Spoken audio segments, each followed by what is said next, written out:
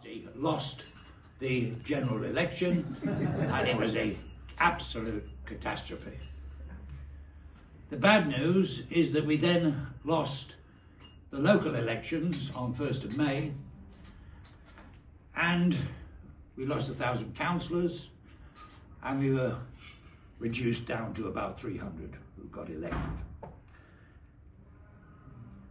Things have got worse since then.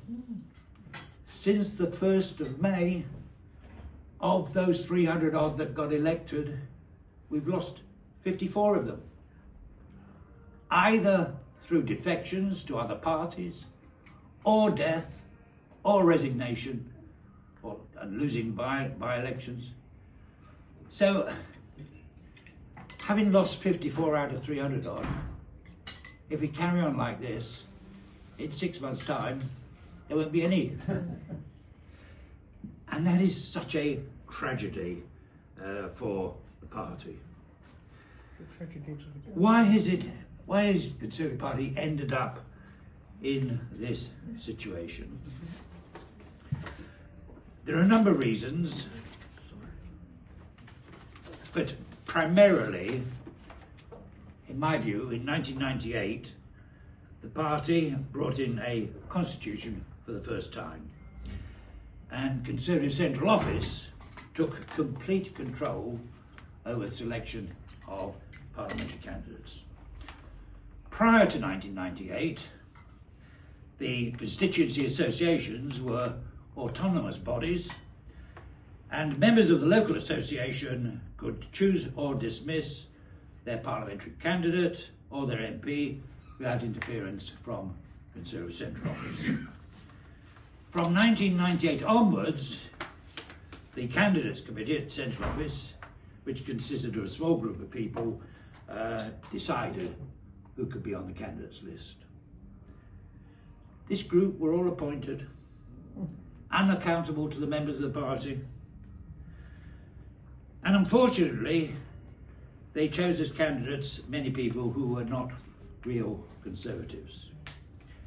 And eventually, the Parliamentary Party drifted leftwards, creating a huge gap between the views of the Parliamentary Party and the views of the ordinary members of the party. Traditional Conservative principles and values were forgotten. The members were in touch with the people, but the Parliamentary Party weren't. And this is why we had these catastrophes. And in the leadership election, all the candidates recognised that the party had to reform. So what is happening? Well, there's a party review. And it has set out 49 recommendations to improve the selection. But let me just tell you, to give you some idea as to what is happening on one of their recommendations. The candidates' agreements are to be signed upon approval and selection, need to be extended and tightened and repositioned as contracts. In other words, every parliamentary candidate is going to have to enter into a contract with the Conservative Party. Or should I say, a contract with CCHQ rather than Conservative Party.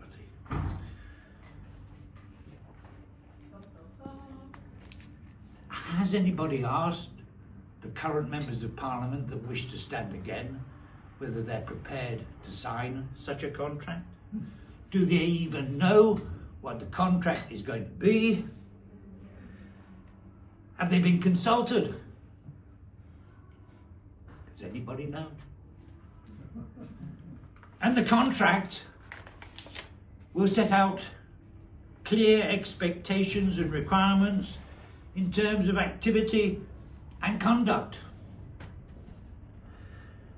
The contract will have a process developed to take action if it is breached and supported by ongoing vetting, potentially on a random basis. Who is going to do all this? Who will be the judge as to whether the contract has been breached? And who are the judges accountable to? They don't say. Who will do the vetting? They don't say. What are the actions to be taken if the contract is breached? They don't say. What they do say is that the candidate contract must remain binding on those who are successfully elected as MPs to give clarity over the mutual expectations between the MP and the party. Ladies and gentlemen, there is a huge army of bureaucrats going to be created to vet the candidates, to vet the members of Parliament. This is bureaucratic, totalitarian dictatorship in spades. The civil servants of this country would smile up at this way in which it's all being done. We cannot allow it to happen. And I doubt whether the MPs realise what is going to be forced upon them. But let me go a little bit further. To make matters worse, our leader, Kemi Badenoch, has made it pretty plain, without fully committing, that the Tories will eventually end up advocating for ECHR withdrawal. But she also went on to say that no candidate will be allowed on the parliamentary candidates list unless they support her policy, whatever that policy may end up being. Will she adopt the same approach with all her policies? We don't know. This is unprecedented for the leader of the party to interfere in this whole process of candidate selection. And fear for the future when I see these things happening within my party. And